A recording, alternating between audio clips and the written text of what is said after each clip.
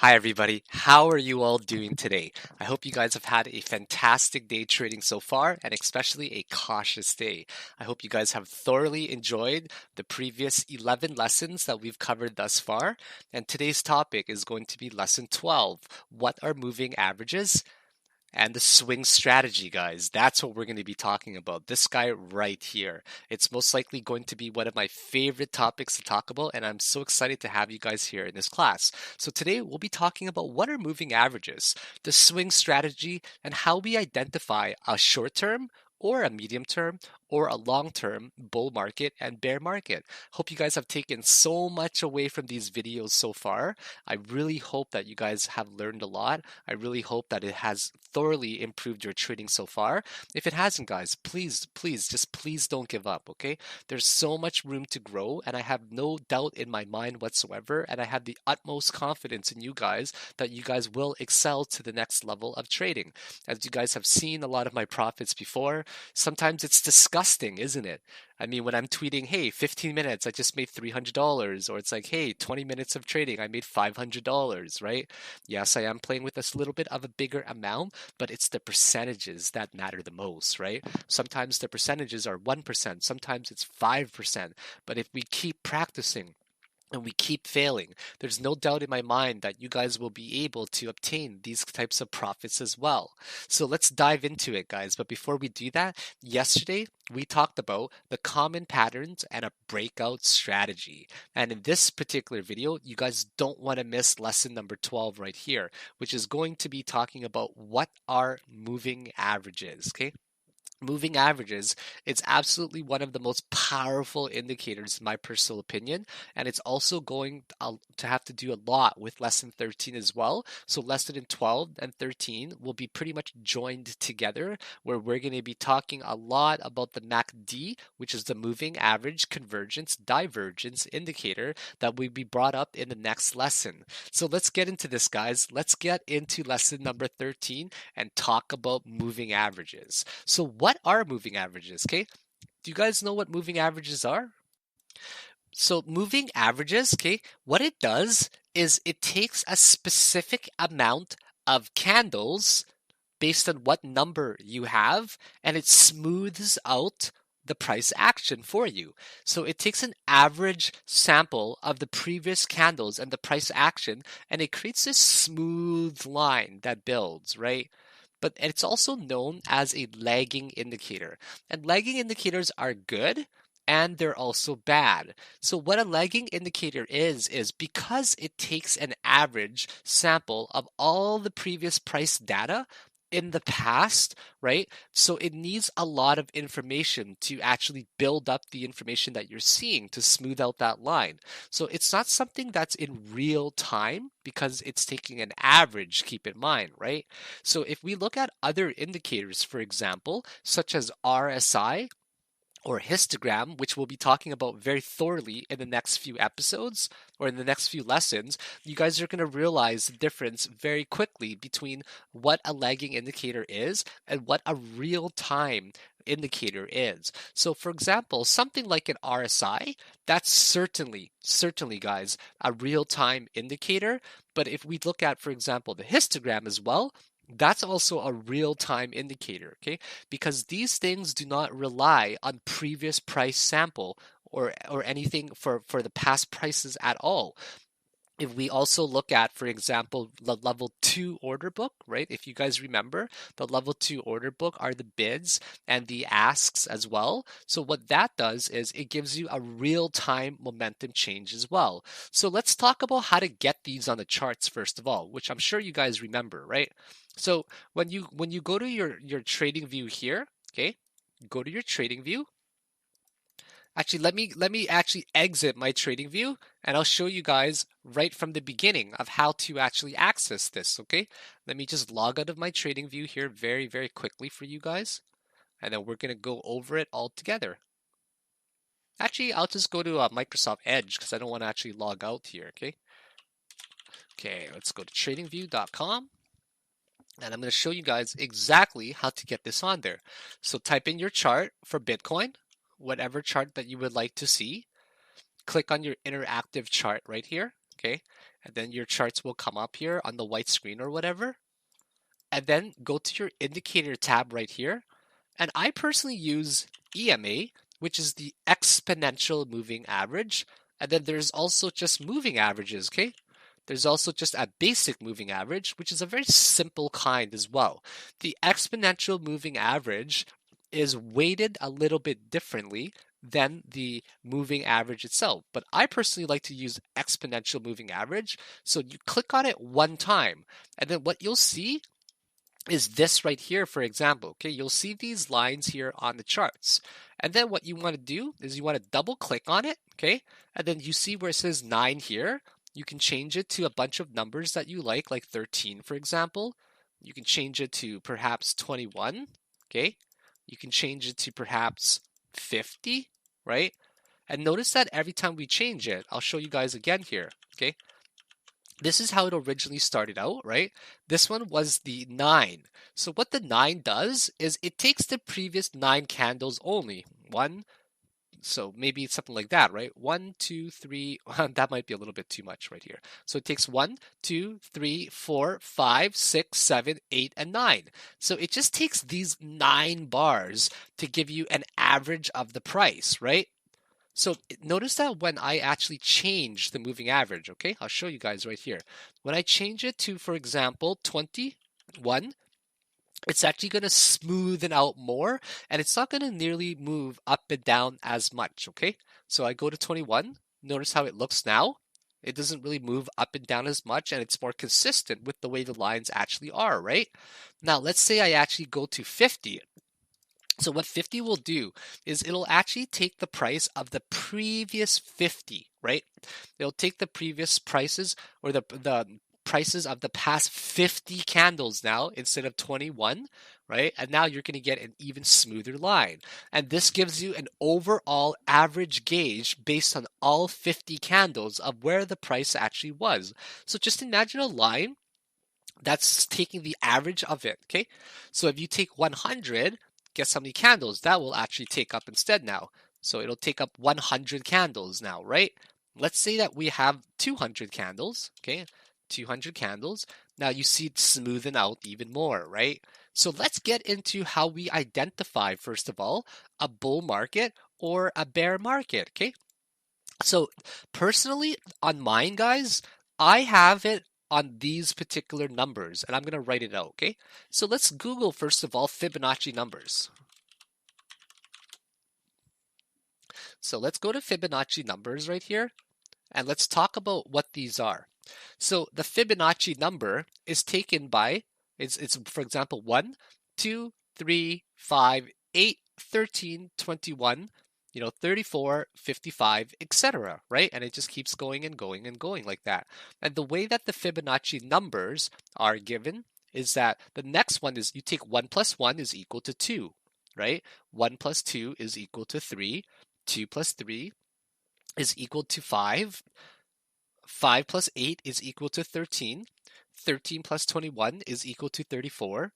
21 plus 34 is equal to 55, and so on, right? You take the past two numbers, you add them up, and that's how you're getting your sequence of numbers that comes after it. So what I personally use is a number that's according to the Fibonacci, right? I personally use 8, 13, 21, 55, 100, and actually 200. Okay, I use the 200. I skip 100 entirely because it's not as useful to personally me, but definitely add 100 on there if you would like to have 100. And make sure you guys are, you double click on the line. Make sure you can choose a color to whatever you want. You can make it green, for example. You can make it red. You can make it, pink or purple, whatever color you guys like. On a white background, I personally like to keep it, on a black background, I personally like to have my big one on white right here, right? Okay, now we're going to talk about what we consider a bull market, right? Let's say, just as an example, we're looking at a bull market. Okay, let's go to, for example, a weekly chart. What we see on the weekly chart, guys, is that we are still on a very large uptrend, right? So if the price is actually above a specific moving average, right? For example, if it's above the 50 moving average, or I will say 55 moving average right here, then that means that for the past 50 candles, we are on a really good uptrend, okay? Now, if we are supporting well above, for example, the white one, which is the 200 moving average, so it's taking basically the past 200 candles, then that's considered on a very, very large uptrend actually, right? Whereas if we are only supporting it above, if we are supporting it on only above, for example, the 8 EMA, which is not really used often, okay? It's not really used often at all. I should probably delete it actually, but you know what? I use it for day trading. It's pretty good to me. If we're supporting over the 8, that means that we're on a shorter term bull market, right? But if the lines are actually below if the candles are actually below the candles, then we would consider that more of a bear market. Now, the cool thing about EMA, guys, is like this, okay? Think of it like this, okay? Think of it as a line that's an elastic band, right? So we'll use the yellow, for example, because the yellow is the most common one for the 50 moving average, or 55 rather, okay? So if it snaps too far away from the yellow band, what it'll actually do is just snap right back closer to it eventually, right? So if it goes down too far, it'll snap back to it. It likes to take the average of it, we have to remember. And because it's taking the average of it, when it gets too far away from the line, it tends to snap back, right? So if it goes too far down, even if by a little bit, it snaps back up. If it goes too far down, it snaps back up. If it goes too far up, it snaps back up. If it goes too far up, it snaps back down. If it goes too far down, it snaps back up. If it goes too far up, it snaps back down. If it moves below it, it always likes to move very, very close to the line, right? So we always have to remember that about moving averages, of that. If it's above a specific number, that's considered an uptrend. If it's below a specific number, then it's actually considered a downtrend, right? So I personally love to use the 55 moving average because it gives me excuse me there, it gives me a really good sample of confirming if it's an uptrend or a downtrend. So let's look at it on different time frames, okay? And we're going to talk about how these short-term trends on a lower time frame can actually translate to a larger uptrend on a bigger time frame, okay? I'm going to show you guys exactly what it means. So what we want to do eventually is find it happening on a lower time frame, and will it actually cascade and carry over to a larger time frame? And that's one of the biggest things that we always want to confirm, because if an uptrend is happening on a 1 hour chart, ideally we would like it to start happening on a 2 hour chart as well, or a 4 hour chart, which confirms a greater degree of that trend, okay? So let's get into a really good example, okay? Let's talk about the 30-minute chart, for example, right here, okay? What we see is that whenever, once again, the candles and the price action moves below these moving averages, for example, if it moves below the 55 moving average, then we're basically confirming a shorter term downtrend, right? But if it moves below the 200 moving average, because it's a larger number and because it takes even more candles as an average based on the past prices, then we're actually confirming an even greater degree up or downtrend, right? So just as an example, we see the 30-minute trend below the 55 moving average, right? And then eventually it bounces off of these moving averages. So think of moving averages as actually a line that can be a resistance or a support. So what we do is we say, okay, well, it fell below the 55 moving average. And are we actually going to bounce off of the next moving average, which is say the 200? And surely enough, we bounce a little bit off of it, and then we ended up coming down, right? So then, because it actually broke through the 200 moving average, we'll, for example, go to the 1 hour chart now, and we'll say, okay, on the 30-minute chart, it fell below both the 55 and the 100 moving average, but on the 1 hour chart, will it actually bounce off of the 55 moving average or the 200 moving average? And we say to ourselves, okay, well, on the 1 hour chart, it fell below the 50 moving average right here, right? But it actually pretty much bounced off of the 200 moving average, right? So that's how we look at it. And then now we go to the next time frame and we say, well, you know what? On the 30-minute, it fell below the 55. On the 1 hour, it fell below the 55. On the 2 hour, it fell below the 55. Will it fall below on the 3 hour? Yeah, it's falling below the 55 on the 3 hours. So we're confirming an even greater degree uptrend because we are seeing it on the higher time frames as well. Will we see it on the 4-hour time frame? Yeah, we are actually seeing it on the 4-hour time frame as well, right? So that's not really a good sign if you guys think of it like that perspective, right? Now, if we go to the daily, we say, okay, well, at least on the daily, it's actually still above the moving average over here. So let me show you guys, just as an example, on Bitfinex. Okay, we'll get even more charts on here as well. Okay, so if we go to Bitfinex, for example, we'll say, is the 6-hour showing a greater degree downtrend? And we say, okay, well, the 6-hour chart right here is actually just about to bounce, or it did bounce off of the 55 moving average. So we say to ourselves, well, the 4-hour fell below, or almost is falling below the 55 moving average. So will it actually hold up in the next time frame? Okay. Will it hold up in the 12-hour? And it definitely is holding up so far. So that's the best way to think of moving averages. Okay. So what we also say is, all right, well, on the 30-minute time frame, it fell below the 200 moving average now, which is the white line, which confirms an even greater degree downtrend. And then we say, well, will the 1 hour, right, actually end up confirming that as well? And yeah, the 1 hour is actually showing that it's actually downtrending on a greater degree as well. So on the 2-hour chart, we almost nicked it, right? On the 2-hour chart, we almost nicked the 200 moving average there and bounced off of it. Now, let me show you guys a really good example of a resistance, okay? We say to ourselves, all right, well, if this bounces upwards, right, will it hit any of these moving averages? Well, this one actually almost hit this moving average right there. But if we look on the 1-hour chart, what we see is that it hit the 200 moving average and simply just bounced off of it. So if one moving average breaks on a time frame, try to look at it from another perspective of another time frame, right? So if it breaks, for example, if it breaks on, say, a 15-minute chart first, right? Oh crap, it broke below the 100 and the 55 moving average. Let's see if it's actually going to bounce off of the moving average, the 55 or the 200 on the 30-minute chart. It actually bounced slightly right there. So that's the best way to think of it.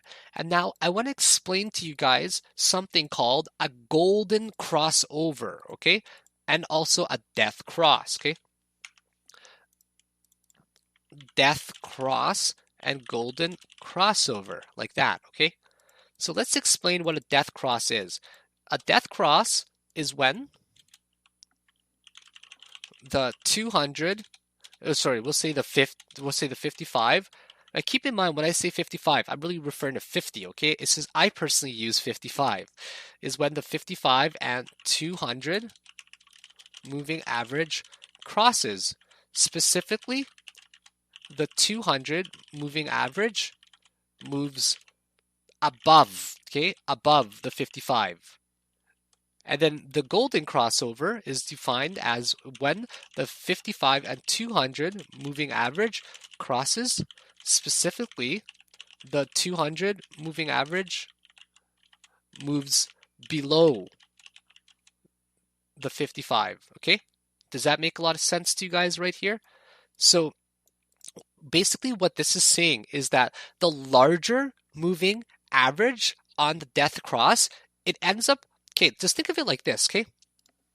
If this line here is the 55 moving average, right? Then on a death cross, the 200 moving average up here is actually end up crossing over, and it actually becomes on top, okay? It becomes on top, which is acting as a resistance now, right? So it goes from high to low. That is what a death cross is. And then a golden crossover is the other way around, where the 55 moving average is above the 200 moving average, right? So the 200 moving average on a golden crossover is actually acting as a support to support all of it above. So think of the moving averages as something that likes to push it up, okay? It pushes it up if it's actually on an uptrend. And other way around is if it's on a downtrend, the 55 moving average is pushing down on the candles, and then the 200 moving average is pushing down on everything below it. So once again, on a golden crossover or an uptrend, the 200 moving average is taking a lot of the past price action, so it's actually holding it in a way where it's supporting above all of it with the bigger number on the bottom. And once again, the death cross is when it's actually pushing it down, right? Pushing it down with the bigger number on the top. So that is the best way to think of how crossovers work and how moving averages work as well when it comes to supporting and resisting. Now, this is going to be a very detailed video, guys, okay? We're going to talk about the swing trading strategy. So it's actually going to be a video that's much longer than the other ones. I'm probably guessing well over an hour because, guys, the strategy, okay? The strategy is really critical, and I want you guys to really understand how these moving averages work, okay? This is by far one of my favorite moving averages that I have honestly seen before, or moving average strategy. And this swing trading strategy, guys, it's really ideal for people who don't have a lot of time to invest, okay? Whether you're a student, for example, obviously as a student, you don't have time to make 20 trades a week. You might have time to make 1 or 2 major trades a week. So this strategy is going to be perfect for you. Whether you guys are parents and of course you have a family, you don't have time to obviously look at charts all day, right? You have a full-time job, you have a family to take care of. So this swing strategy is, try saying swing strategy many times. Swing strategy, swing strategy, swing strategy. It's actually really hard. So this swing trading strategy will actually be very beneficial to your lives because it doesn't require a lot of time and actually monitoring, right? All right, let's get into this moving average strategy. So I'd like to point out one more time that on an uptrend, what we see is the larger number on the bottom, and then the smaller numbers are on the top, right? So the big number is actually supporting all of it below. But on a downtrend, what we see is the bigger number on the top, and then the smaller numbers are actually below it. So the bigger numbers will actually act as a support or a resistance. So on an uptrend, for example, the 55 or the 200 moving average will act as a support, but on a downtrend, the 200 and the 55 moving average will act as a resistance. So let's get into how they actually look. If you guys notice right here on an uptrend, we see the bigger number, 200, and then above it, we see the 55 moving average, and then we see the 21, and then we see the 13, and then we see the 8. But on a downtrend, what we actually see is the bigger number on the top, the 200, and then the 55, and then the 21, and then the 13, and then the 8. So it looks like this, and we're actually just going to draw it out to give you guys a really good visual representation of it. So we see on an uptrend right here, we're just going to label it very clearly so we know which one is an uptrend and also which one is a downtrend, okay? So this is a downtrend right here. Okay, so we see that on an uptrend, the white line is below, and then we see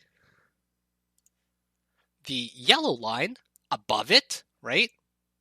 And then we see the orange line, for example, and then we see the purple line, which is now the 21, and then finally we see the blue line, which is the 8, like that. But if we look at it on the downtrend, what we see is the other way around, okay? We're going to go with white first. We see the bigger number, the 200 on top, and then we see the yellow one right there. That's now below it, okay? And then we see the orange one that's in the middle, which is the 21. And then we see the purple one, that is the 13. And then finally, we see the smaller number, which is the 8. So it starts to fan out like that. So let's also make sure you guys see this very clearly, because I want to make sure that you guys understand this 100%, okay? So we see the 200 right there, and then we see the 55 right there, and then we see the 21, which is the orange line right there, and then we see the 13,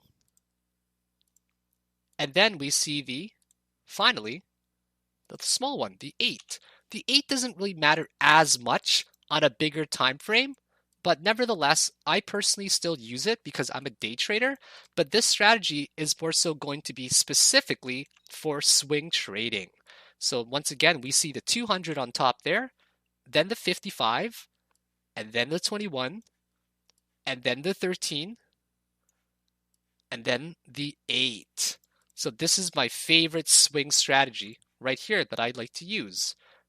And I would recommend taking a screenshot of this or just save it somewhere so you guys have a really good reference using EMA. So definitely one of the most powerful tools that we can use. And I'm actually going to go over it in incredibly high detail with you guys. And we're going to go over tons of examples. And I'm going to show you proof in the pudding of how this actually works very well. All right, so now that you guys have the definition of what is considered an uptrend and a downtrend, according to the EMAs that I drew, we're now going to go over when is an actual breakout and when a breakout upwards or downwards actually, okay? So another thing I wanted to define very quickly is a golden crossover and a death cross, okay? So what is a golden crossover and what is a death cross? So usually something like this happens, right? Where we're seeing it support. See, let's just say the 200 moving average is actually supporting the 55 moving average below it, right? A death cross happens when the 200 moving average ends up crossing to become above the 55 moving average, okay? So let's say we're talking about a golden crossover now, okay? A golden crossover, let's just say that the 55 was actually above it, just like that right here, okay? Or sorry, below it, just like that right there. So what a golden crossover would mean is when the actual 200 moving average, okay, ends up crossing below it. So this needs to make entire sense, right? So once again, a golden crossover is when the 200 moving average ends up supporting all of it from below. And then a death cross is when the 200 moving average ends up supporting all of it from above, like that, right? So, and we're going to go over a lot of different examples. You guys know exactly what I'm talking about. Let's go to a weekly chart here first of all. Let's just say you bought it on the breakout. So whenever it starts to fan out, right? We see it on the downtrend pattern according to these lines. And then when the uptrend pattern actually begins, where the 55, just as an example first, is now supporting below all of it. So it goes from 8, 13, 21, 55. As soon as it crosses over like this, where you're getting this type of fanning type of pattern, you basically enter a trade. That's what you guys do. Okay, you enter a trade, and the defined risk to reward setups are actually not all set in stone quite yet because you don't know where these targets are actually going to head to. So what you want to do right now, if you guys were an investor, you wouldn't even think about closing your position quite yet. You'd still be holding it because what this strategy does is it prevents you from taking profit too early, okay? So instead of taking profit too early, it gives you a gauge of when to actually ride it and for how long, because there are many chances of it actually crossing over that could have made you take profit, but you may not want to take profit early if you're using this strategy because it gives you a very defined region to take profit. So just as an example, okay, this is the last time that we had a golden crossover according to the daily charts. So that is when the 200 moving average right here ends up crossing below and supporting all of it, right? So if you guys notice right here, you'll notice the 8, you'll notice the 13, the 21, and then the 55, and then finally the 200 crossing over. So right here, honestly, would have been a very good time to enter a trade. You can even purchase it earlier, right? So that's where you could have entered a trade on a crossover. But realistically, you would want to anticipate it earlier and perhaps buy it on the crossover right down over here, okay? So right here would have been a very good region, 240. Now, where would you actually close your position? Now that you caught where it broke out, you want to time it so that you're not going to sell it too early, okay? You're not going to sell it until the white line and the yellow line end up moving very close to each other. So you could have sold it here, right? But you didn't. You could have sold it there, but you didn't. You could have sold it there, but you didn't. You could have sold it there, but you didn't. There, but you didn't. Because you're following this 200 and the 55 moving average strategy. So you're going to sell it when it's actually getting very close, the white and the yellow line. So right here would have been a very good place to sell it, right? 8,700.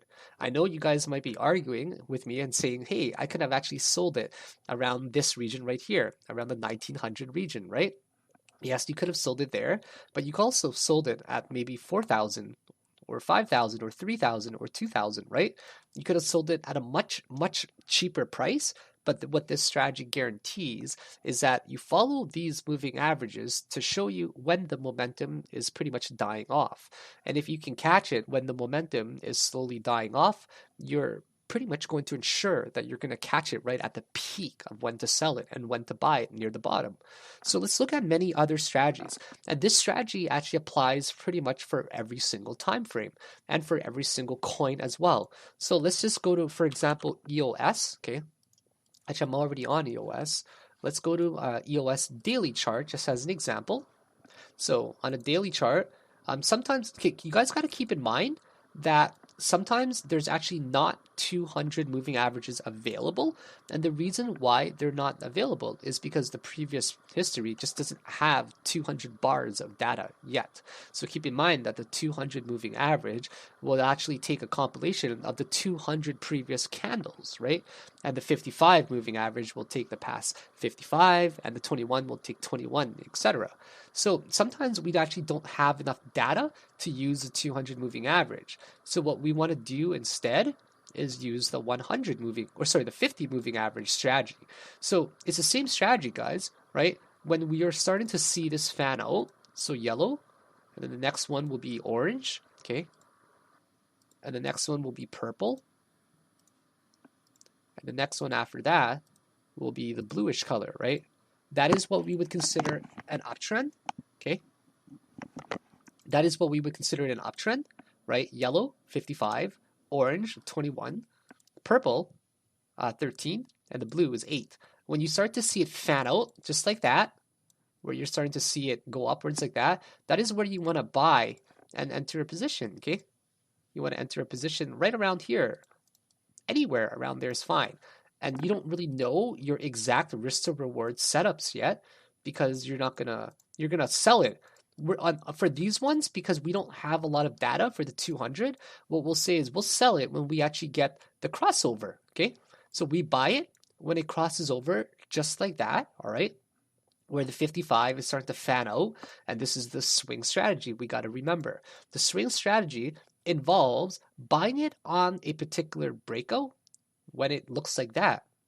And then we sell it when it actually crosses over. So we sell it when the yellow moving line is actually resisting all of it from the above side, right? So then we would have bought it and entered around 83 cents.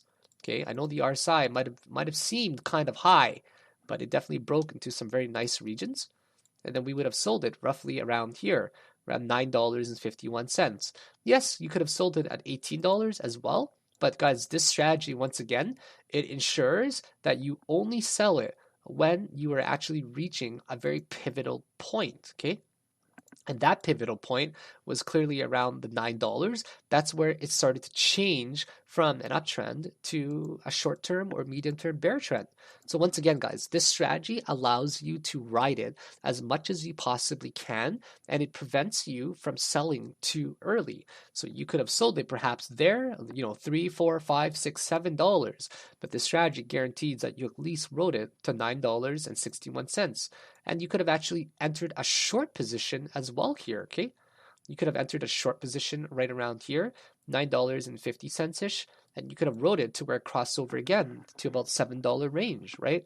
So that would have been a phenomenal place for you guys to take profit from around 950 ish to about $6.60, because this guarantees that, hey, you could have taken profit there at $4, but what if it actually just kept going lower? So once again, the strategy is awesome, guys, for riding as much as you possibly can. So for example, right here, you guys have had a great chance to, let's just say we go on a 3-hour chart, okay? We go on a 3-hour chart and it has more data now. It actually has the 200 moving average showing because it now has more than 200 candles in the past. So let's say you actually bought it on the golden crossover, right? So you would have bought it literally right here, or you would have anticipated this, to be quite honest. You would have anticipated a crossover and you would have bought it around $6.40, right? And you would not sell it until we actually get to a golden cross, or sorry, a death cross, where perhaps the white is actually going to move above the yellow, right? So then we just keep going. No reason to sell it quite yet, actually. No reason to sell it. Here we go. Here's a reason to sell it right here, okay? So you would have rolled this guy from $6.50 all the way to where we get this crossover right there. So you would have made yourself 138% profit. So let's go to another coin and see if we can actually do this on every single coin. Okay, let's start off on a high time frame, guys. Okay, start off on a high time frame, and then we're going to talk about playing this on a lower time frame as well. So here is where I told everybody to pretty much start buying IOTA, right? This is where I basically told everybody you need to start buying IOTA around the 34-cent range. Honestly, guys, like that's what I told everybody. Take a look. It was really, really easy to play this. I just told everybody, you guys really need to buy IOTA around these ranges right over here, okay? And surely enough, this wedge ended up playing out very nicely, just kept getting tighter and tighter. That's where I entered my IOTA position at 35 cents, and I made literally a 300% profit because I sold it around $1, believe it or not. $1. Then I entered another position from around 60, 70 cents, and I rolled that guy to almost $3. Didn't get quite that high, but I made some nasty gains on it, guys. Like we're talking 4, 5, 6, 700% gains on it, right? Just by following some of these strategies. So if you take a look on IOTA, where would you have bought it, guys?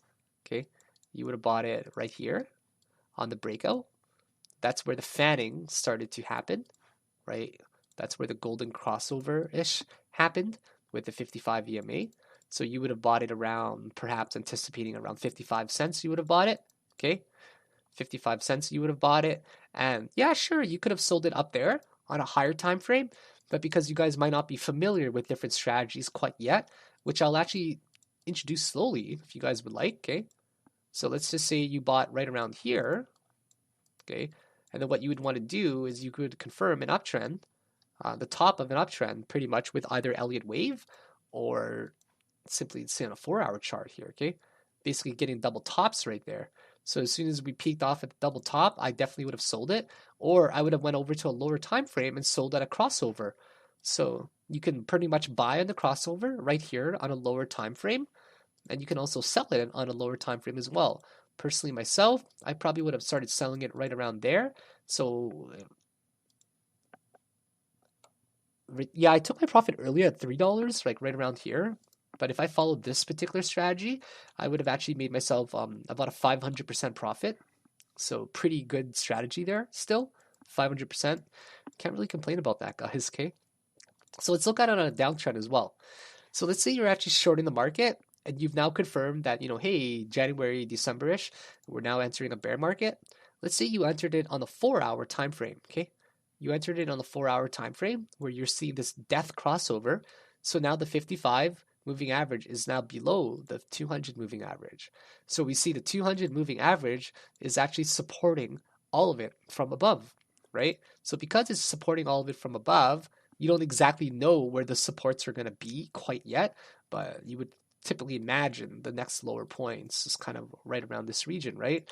So even before confirming that that's your risk to reward, and that's the play that you would have actually taken, or sorry, even before confirming that that's where you would have closed your position because you have no idea and no way to know it's actually going to get there, you can just loosely draw out your risk to reward ratio, set your stop loss, I'd probably say around like a 5% loss. It's kind of what I'm cool with.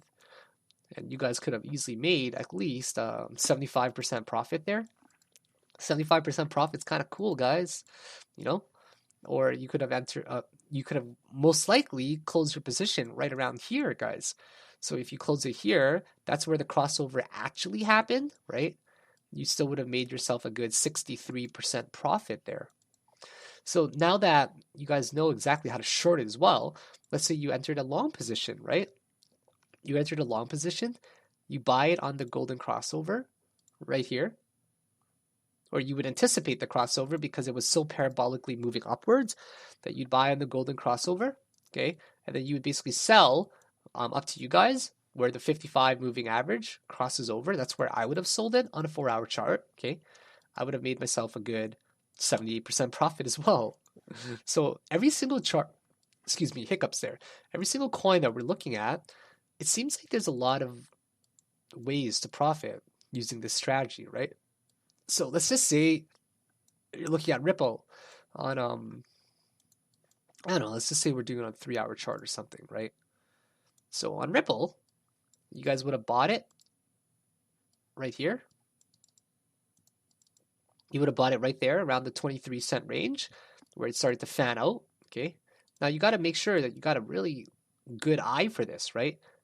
Here is, you could have bought it there when it fanned out, but it was much easier to tell right around there, right? So what you want to do is you want to buy in a breakout as soon as it starts to fan out around this region. Never mind the R sign stuff, guys. Like, don't worry about those because this is a very different scenario, a different strategy that we're going with, right? You would have bought it around there, okay? Let's just say we end up buying it at the crossover of the 200 and the 55 for the golden crossover, but we actually end up selling it where it crosses over only for the 55. So if you bought it right here, okay, and you sold it right around here, you would have made yourself a 773% profit. It's kind of a big profit, guys. 773% profit. Think of that. Just by following a bunch of lines on a chart, right?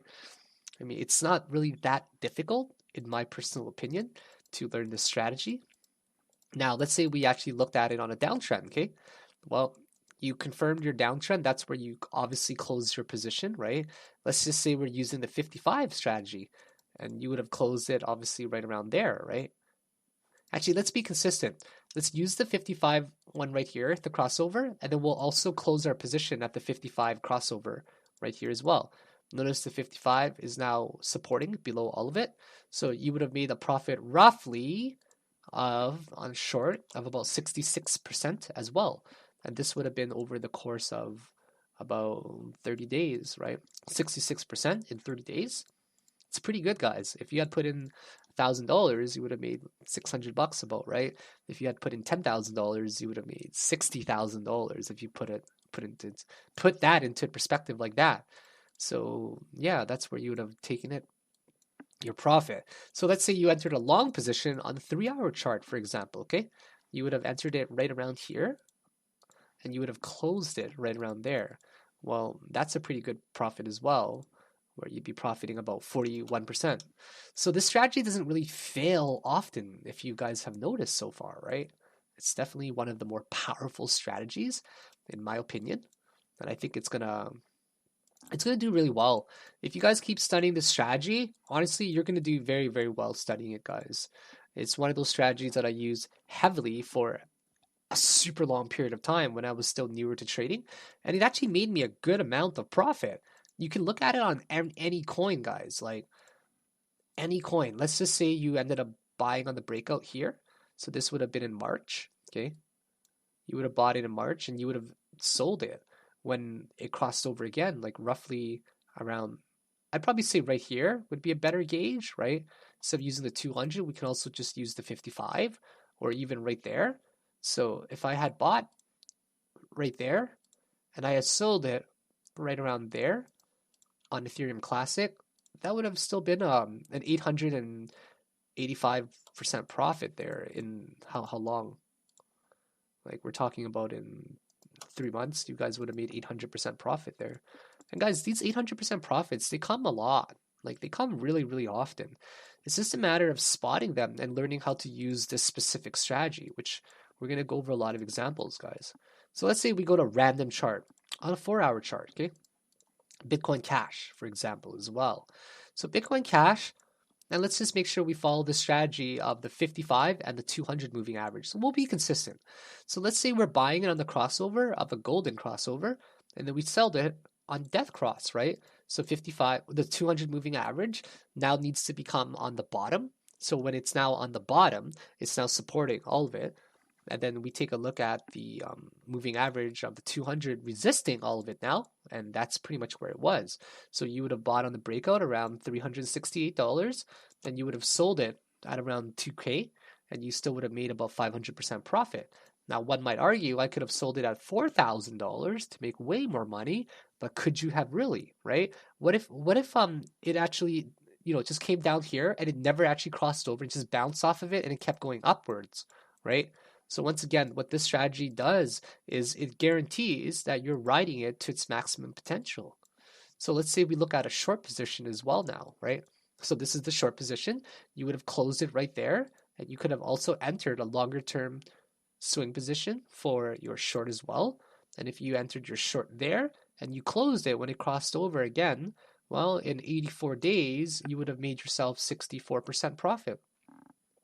64% profit is a pretty big deal, guys, right? You put in $10,000 in literally 3 months, you would have made yourself $6,000, right? Which is some serious money to be looking at. Now, if you look at it on the uptrend as well, okay, just on Bitcoin Cash here, you would have bought it on the uptrend right over here, right? Right around 850-ish. And you don't really have a reason to sell it quite yet because it hasn't crossed over. What if this actually never ends up death crossing and it just bounces up and it just keeps going up and up and up and up, right? So this strategy guarantees that you're not actually taking profit too early and that you're going to ride it to its maximum potential. So you can even do it on a small time frame, guys. Let's say you go to a 30-minute chart. Like swing trading is really good for 30-minute charts, in my opinion, right? Let's say you want to swing this position for 5 days. So what swinging refers to is taking an extended duration for a position, right? Instead of day trading every single day, you might be holding a position for a week or two or even 3. I guess the definition of swing can be very loose, so it more so just comes down to how long you're going to be wanting to hold it. Whereas a traditional investor, what they'll do is they'll invest for a very long period of time, right? So for a swing position, for example, on a 30-minute chart, you would have entered a position when perhaps it crossed over, right? When it crossed over. Here, it kind of crossed over. So let's be consistent and actually enter a position. If you entered it when it did cross over, right around here pretty much, right? You got to make sure you give yourself a very generous stop loss. Notice the stop loss here is about 7% or so. You got to make sure it's very generous. And you would ride it until it crosses over again. So you would have rode it to roughly that level, I'm guessing. And oh, okay, it actually never crossed over, right? It never crossed over yet until right here. So you actually gained a little bit more profit on it. So take a look. So this is where you actually ended up crossing over instead. So notice right here, looks like it was about to cross over, but it didn't. Looked like didn't. Looked like it was going to and finally did, right? So sometimes you can get like a fake out. So you would have taken your profit right around there. This one would have been a good 111% gain as well for a swing position. And this would have been over the period of, for example, 22 days, 3 weeks, not bad. So let's say you entered another swing position on a short, okay? You would have entered on a short right here. You wouldn't have actually made a lot of money on this particular short position because, well, you entered on the crossover, right? Set your stop loss somewhere up there. You actually ended up breaking even, right over here at the cross. So you ended up making like a 2% gain, almost breaking even. But here is would have been the nice one, right? You enter on the crossover and then you sell it when it actually crosses over again right there. So that would have been a good 20% gain as well. Let's look at it on a 30-minute chart for a short position. You would have entered a short right there, okay? And now you actually have no reason to close your short position yet because the white line is actually not supporting below all of them quite yet. So you would still be in a short position from 1600 to 13-ish. So there's many, many different ways to play this. Let's say you're actually looking at Bitcoin as well on a 30-minute chart, guys, right? Let's just say for the past few like month or something, you would have entered a short position here. You would have closed it right there for 15% gain, right? Actually, you wouldn't have closed it yet because it never actually officially crossed over. So you would have entered there. You would have closed it at the official crossover right there at 31%, right? These ones are too small, so you don't want to enter it yet. But if you did enter a crossover, you would have entered a trade here for the crossover, you would have broken even. If you entered a trade here, you would have broken even as well for these little ones. Let's look for a bigger one, like right here, for example. You could have entered a trade, and this one could have yielded 5% profit. You could have shorted here on the crossover. It would have yielded a 2% profit, right? You could have shorted here on a actually you wouldn't have closed your position at all yet there for your 2% because it never officially crossed over. You would have opened your position from 9,500 and you would have pretty much taken your profit right around there for a 10% profit, right? Now you would have also entered a short position here on a 30-minute chart for swinging, and you would have no reason to even close your position quite yet because it hasn't crossed over. So now it's just a matter of waiting to see what coin does what. Like I'll go to random chart, like for example, EOS 30-minute chart here as well, right? You would have entered a short position right there where it crossed over on a 30-minute chart, and you would not be closing it until perhaps sometime soon over here. Because this is what the crossover strategy does, guys. It guarantees that you maximize your profit. It guarantees that you ride it as long as you possibly can, and you might miss out on some profit because you didn't actually catch it at the very top or close it at the very bottom. But what it does guarantee is that you're not going to close it too early at all. So on EOS, let's just say it's about to crossover, you'd still be up 28%, right? So these are really nice swing positions to be taking throughout the day. So let's just say you ended up, let's just go back to Bitcoin on a daily chart and add some more things to it. So you would have bought on the crossover, realistically, right around here, okay? 2015, you would have bought on the golden crossover. And how would you have been able to time it so that you're getting some very good profits, right? How are you going to be able to time it? Well, the way I would have done it is I honestly would have looked at this histogram right there, and this would have been it for me. It just ticked a little bit too high with this bearishly diverging histogram and also this crossover right here that happened on December the 19th. Actually, December the 18th, about 17, 18, I would have anticipated the MACD crossover. For the people that are not familiar with that, what the MACD crossover refers to is this crossover right there, where the fast length, the 12 and the 26. So I use the 12 and the 26 right here. They end up crossing over, the blue and the red crossover, which signals to the market that it's most likely going to go to the negative histogram side. So you could have combined it with that in particular to give yourself a good gauge of when the top is. So it doesn't really matter what coin we take a look at, guys. Let's say we went to Ethereum as well, right? You guys are seeing proof in the pudding of how reliable this particular strategy really is, guys. Man, I made a killing off of Ethereum, to be honest. Like, can you guys imagine for a moment with me? Okay, just imagine for a moment with me buying Ethereum right here. Okay, this is where I bought Ethereum. Do you guys see that? You guys see my price right here? It was like $10 about. Literally, it was $10. That's where I bought my Ethereum. And all that I want to do is teach you guys how to ride it. Honestly, guys, I just want to teach you guys how to ride this bad boy, okay? And I've known about this moving average strategy for a very long time. So I bought it literally like right around the breakout, guys, like right around the breakout around here, January, February, March-ish, where the 55 moving average was breaking out. Then the 200 moving average started to show.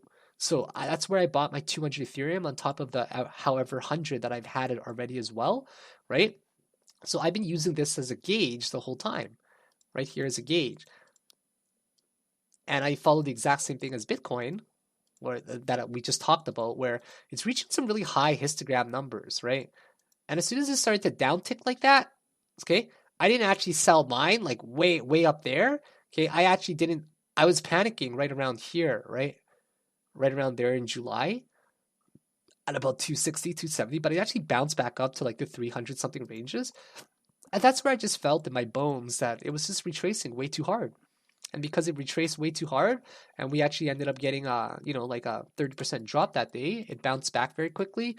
We started to bearishly diverge, and I took my profit. It was like a $80,000 profit on just those two Ethereum. And then after that, I had even more Ethereum because I was mining as well, right? I was mining on 36 GPUs. If you guys go to the Ethereum forums, you'll find me very active in it as well. Not right now, but 3-4 years ago, very active. I was helping the community get started. So if you take a look at the moving average strategy, let's say you never sold it, you would have entered around $10, right? And you'd still be holding it right now till about $606, or maybe even to 300 something. That's where you'd have sold it, right? But realistically, as a smart investor that you guys are, you guys probably would have looked on a lower time frame as well, right? So you would have bought it at the 300 something dollar range, okay? $300 something or $10 range. And realistically, the first sign to sell was going to be right here, okay? The first sign would be about $288, right? And then the next sign to buy it would be right here around the $217 range, 217, and then you sell it again at 320, right? You could have entered a short position when it crossed over here, but you would have only made about 10% profit. Here, you could have entered a long position, right? Right around here, but you crossed over again, you would have only made 5% profit there over 25 days. So here is the big one for Ethereum. You would have entered it when it crossed over again, so right around this range, around $315, and you would have rode it all the way till about $1,058. So it works on every coin. Let's take a look at Litecoin to see how this is doing as well. Guys, trust me, like when you guys get this strategy down, it becomes so easy. Like I kid you not, it just becomes so easy, and you guys are gonna be like, what? This strategy is that easy? Yeah, it really is, guys. Like Litecoin, that's one of the ones I called out as well, right? I kept urging for everybody to buy it at where was it here? $56. Yeah, I urged everybody to buy it at $56 there. That was the first breakout, but I was also urging people to buy actually no, I wasn't. I wasn't even on YouTube and Twitter back then. So around the $4 range, you guys would have bought, okay? You would have bought right there at the $4 range, and you would have just kept going and kept going and kept going and kept going, and you would not have sold it until pretty much say this crossover here, right? Around $200 you would have sold it, or even 140. This way, once again, it maximizes your profit. You guys will always argue with me and say, oh, I could have sold it around the, really high ranges, up to $300-400, right? Well, to employ targeting up there, you would have to know a little bit more of an advanced type of technical analysis, which we'll be introducing later, right? I would have sold it probably at the MACD crossover there, or I would have looked on a lower time frame. I would have bought it at the $4. I probably would have sold it around here, the $255 range. Makes a lot of sense. So we look at, for example, Tron as well. We can look at honestly at any single coin, because these coins will all tell a very similar story. So on a daily chart, there's nothing to really show. But let's say we go in on the 4-hour chart. There we go. The 4-hour chart right here, guys. It was only recently released. So you guys would have bought it on the breakout right around here. Okay. Right around this region. Say around the 43 cent range. And you would have sold it when it crosses over to up there about the 82-cent range. So you guys would have made yourself a nice 100% profit. So what other coins can we look at, guys? I mean, it's honestly every coin, right? Let's say we looked at Cardano. So we looked at Cardano as well. And let's just say we went on a 4-hour time frame. You guys would have bought it right here on the crossover. Right there, okay, on the crossover, 392. And then you would ride it until it actually crosses over again. So right there. So you would have sold it at the 4,800 Satoshi range still. So that still would have been a nice profit. So once again, you would have argued, well, I could have sold it up there. Probably not, guys, right? You're never going to be able to time it like that. So what this strategy ensures is that you are taking your profit as soon as you've confirmed that the uptrend is now over. And if you are able to short this coin, I don't know if any exchanges could short it, but you basically would have shorted a position from right there. That's where the crossover was. Actually, it would have been more like right here, okay? Right there. And you would have closed it where the crossover roughly was, right around here. That's more realistic. So you could have made yourself a nice 35% gain there as well. So I've shown you guys a lot of examples already. And have you guys noticed all that it's about is waiting for some sort of crossover, whether it's the 55 moving average crossover or the 200 golden cross or death cross crossover. It's just a matter of learning how to use these lines in a very efficient method. And once we learn how to use these moving averages, and we combine it with things like RSI, or we combine it with things like MACD as well, or just candlestick analysis or price action in general, or level 2 momentum, we can get a very good gauge of where to take profit. But just to summarize very quickly, right? To go into a long position, you buy it when it crosses over like that, or when you're anticipating a crossover. Obviously, here it would have been a great place to buy it in hindsight, but that's in hindsight, right? So you would have bought it on the crossover, and you would have sold it on the crossover. You would have shorted on the crossover, and you would have closed your position on the crossover again. So that's pretty much what you do, guys. You buy it on the crossovers and you sell it on the crossovers, and it can work on any time frame, even on a 5-minute time frame, guys. Even though the swings are not that much, sure, you can buy it on you can do it on 5-minute time frame as well, right? You would have shorted right there. You would have closed your position right there for a 4% gain. You could have entered a position there. You could have almost getting ready to close it for another 4% gain. So it doesn't really matter what time frame you guys do this on. You'll find the confluency, or is that even a word, confluency? You'll find confluence on every single time frame. And this moving average strategy is definitely one of the best swing trading strategies that I have ever come across, because it doesn't really require a lot of monitoring. You can anticipate and extrapolate a lot of the information that is about to come as well. And it's really easy to tell that from right here, for example, okay, just from right here, that it's about to cross over, right? So when you anticipated it's about to cross over, you could easily get yourself into a decent position. So that's personally what I think that we're going to be you guys are going to do very well, trust me, using this strategy.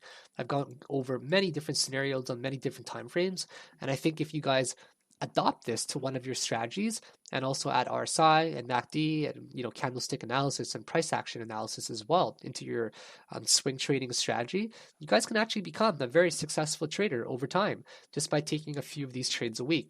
They are what I would call a high probability play, and the worst case that can happen, in my opinion, is you get stopped out. But if you take enough of these trades, like we're talking about 10 of these trades a month, right? You might lose 5. You never know. You'll lose 50%, but the probability of you winning is higher. Actually, we should say about you might lose 40%. If you win 60%, great. Risk to reward is not very much so predefined yet, because we're more so riding it to see how we can maximize these profits and minimize our bottom line losses in general, right? So if you stick to these strategies, I think that you guys are going to be very profitable over time. And there's no doubt in my mind that the profits are going to roll in. You have to stick to a very basic strategy first, okay? Stick to a very basic strategy, because the last thing you want to do is pick a very overwhelming and advanced type of strategy. The strategies that you'll see in lesson 17, they are very advanced, where you're looking for bearish signs of divergence on RSI and using pretty much every form of technical analysis and every tool, every weapon in your arsenal, right?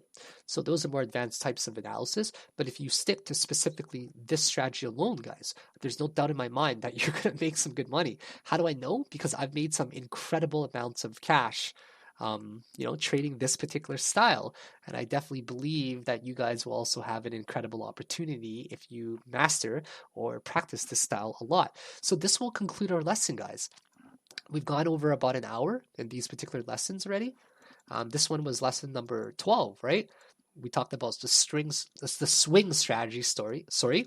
What are moving averages? How do we identify a bull or bear market, right? One thing I wanted to brush up very quickly on was that what we try to do is we try to identify and keep this in mind, right? We identify a short-term bear market, right? A bear trend. So if this is a short-term bear trend where we're getting these moving averages like that, we also ask ourselves, is it happening on the 2 hour chart? Is it happening on the 3 hour chart? Is it happening on the 4 hour chart? Is it happening on the daily? If it happens on the daily, then that's where you know that unfortunately it's going to end up um if it happens on the daily, that's where you know that the greater degree has now been confirmed on a higher time frame. So, for example, here, what we see is we end up getting a death cross right here, downwards, right? This is a death cross right there. Then we end up getting a golden cross over again, going to the upside. And then we actually end up looking like it's going to get a. Sorry, we ended up death crossing, then a golden cross upwards, and it looks like we're about to get a death cross right now as well to come down on the downside. So that looks pretty scary, right? So a lot of people will actually enter short positions from here, if you notice. So if we confirm it, if we can confirm it on a shorter degree time frame, like a 1 hour, 2 hour, 3 hour, it can cascade and move over to the higher time frames, which will also confirm a greater degree. So that is the importance of a high time frame and a low time frame. You might get signs that it's looking bearish in one time frame. Well, will it actually carry over bearishly to a higher time frame as well? So I hope you guys have enjoyed this lesson of mine. A lot of energy has been put into it because I want you guys to be very successful with this strategy, which will also lead into our lesson 13. What is the MACD indicator? And what is the MACD and histogram, I should write? It's one of my favorite indicators. How do we use this to actually time entering a small position, or maybe it's a short as well, or it's a short day trading position as well. I apologize for stuttering there. So the MACD and the histogram, it's one of my favorite tools that we can see. The histogram gives us a very good gauge of these ladders and these stair steps that can move up and down. That tells us its overall progression, whether it's moving up or down. And it's a real-time momentum gauge as well. Whereas the MACD is a lagging indicator. It'll take the previous price action and compile it into a line, right? That's how we're getting this moving average convergence divergence. But when we combine it with RSI and histogram as well, we can find a lot of confluent reasons to enter a trade. And I think that when we combine the swing trading strategy that you guys are most likely very familiar with now, and when we combine it with histogram and MACD and RSI, you guys are definitely going to improve your skills as a trader. So thank you very much for joining me for lesson number 12. I look very much so forward to seeing you guys for lesson number 13, where we'll be talking about the MACD and histogram indicator and just more about general strategies in general. So I hope that you guys have taken a lot away from these classes and these lessons, especially the previous one where we've talked about moving averages. I thank you for joining me for the class, guys, and have yourselves a wonderful day. And I will see you for lesson number 13, where we'll talk about MACD and histogram. Bye now. Have a great day. Take care.